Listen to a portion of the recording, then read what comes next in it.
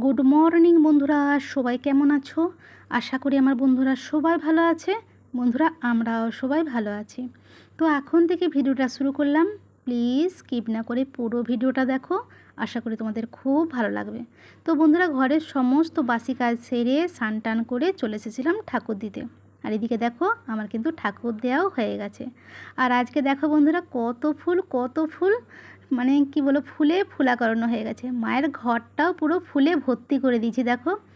আজকে ওনারা ভীষণ খুশি, আমিও ভীষণ খুশি হয়েছি। তবে ঘরের সবচেয়ে সুন্দর জায়গা কোনটা বলো তো? ঠাকুর ঘর, তাই না? তবে আমার আলাদা করে কোনো ঠাকুর ঘর নাই ঠিকই, তবে ভগবান যদি দিন দেয় আলাদা ঠাকুর ঘর করার ইচ্ছা আছে।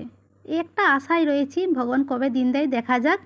তো দেখো, আমি কিন্তু এখানে চলে এসেছি রান্নাঘরে, ভাত বসিয়ে দিয়েছি। আর এইখানে কি বলো তো, কুটাকুটিও করে নিয়েছি।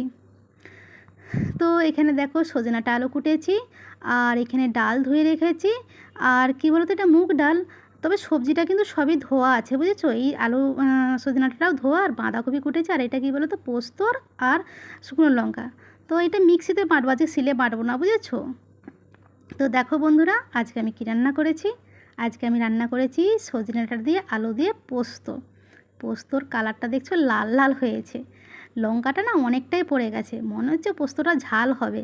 আজকে দাদার কাছে বকাবকি খাবোই, বুঝেছো? আর কি বলবো, জানি না কেমন খেতে হবে। আর এইটা রয়েছে বাঁধাকপির বড়া। তোমাদের ভাইপো বাঁধাকপির বড়া খেতে ভীষণ ভালোবাসে, আর আমারও মানে খারাপ লাগে তা নয়, আমারও ভালো লাগে। আর কি বলো তো, তোমাদের দাদা একটুও পছন্দ করে। আর রয়েছে মুগের ডাল, জিরা আর শুকনো লঙ্কা ফোড়ন দিয়ে। তবে আজকে ডালটা কিন্তু অনেকটাই পুরো হয়েছে, তবে মুগের ডাল কিন্তু একটু পুরোপুরিই ভালো লাগে বলো। তোমাদের দাদা তো বলে মুগের ডাল একটু পুরোপুরি আমার পছন্দ। আর অবশ্যই রয়েছে ভাত। তবে আজকে মনটা জানো তো বন্ধুরা, খুবই খারাপ, বুঝেছো? আজকে তোমাদের ভাইপোর সঙ্গে একটু কথা কাটাকাটি হয়েছে, আর দাদার সঙ্গে দাদার উপরে মাথাটা গরমও রয়েছে, বুঝেছো? দুজনের সঙ্গে কথা বলিনি, তোমাদের ভাইপোর সঙ্গে কথা বলিনি, আর তোমাদের দাদার সঙ্গে কথা বলিনি। কথাটা বলিনি বলতে কি বলো তো, বোনের ছেলের তোমার 16 তারিখে জন্মদিন, বুঝেছো? তো বললাম যে যাব। তো তোমাদের দাদা বলছে না, যেতে হবে না, এই তো 1 সপ্তাহ পর যাব। আবার যাবে? গরমের মধ্যে এত জার্নি করতে হবে না, তোমার শরীরটা ভালো নয়। আচ্ছা বলো তো বন্ধুরা, শরীর যদি সব দিন খারাপ থাকে তাহলে কোথাও যাব না? এটা কোনো কথা হলো? আর কি বলো তো, বোনের ছেলে সমানে ফোন করছে, মাসি আসবে তো, মাসি আসবে তো। বোনও ফোন করছে, দিদি আসবি তো। কতটা খারাপ লাগে বলো তো, মুখের উপরে না বলতে।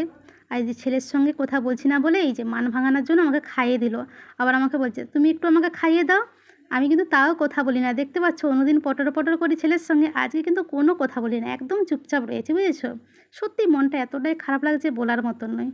তো যাই হোক বন্ধুরা, চলো আর বেশি বকবক করবো না।